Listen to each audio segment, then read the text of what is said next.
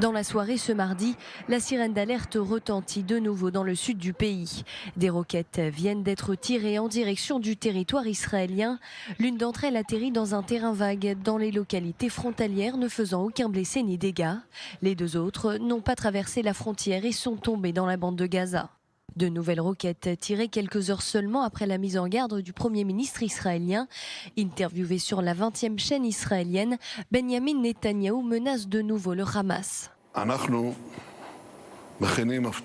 Nous préparons des surprises et je ne dis pas ça comme ça. Je vous le dis en tant que Premier ministre. Je ne suis pas pressé de faire des guerres, mais nous préparons le Hamas à la surprise de sa vie s'il n'arrête pas de lancer des roquettes mais aussi des ballons. Ce n'est qu'une question de temps avant de lancer cette surprise. Pendant que le bras de fer entre Israël et le Hamas se poursuit, de l'autre côté de l'Atlantique, Mahmoud Abbas et Ehud Olmert tiennent une conférence de presse commune. Le président de l'autorité palestinienne et l'ancien Premier ministre d'Israël se sont retrouvés à New York en marge du Conseil de sécurité des Nations Unies. Et le discours de Mahmoud Abbas opère une volte-face au regard du manque de soutien. La paix et la sécurité ne peuvent être obtenues qu'à travers un dialogue sincère entre les deux parties, avec l'accord des deux parties, en prenant en compte les préoccupations des deux parties, pour que les deux parties puissent vivre ensemble, chacune dans leur propre État, en paix et en sécurité.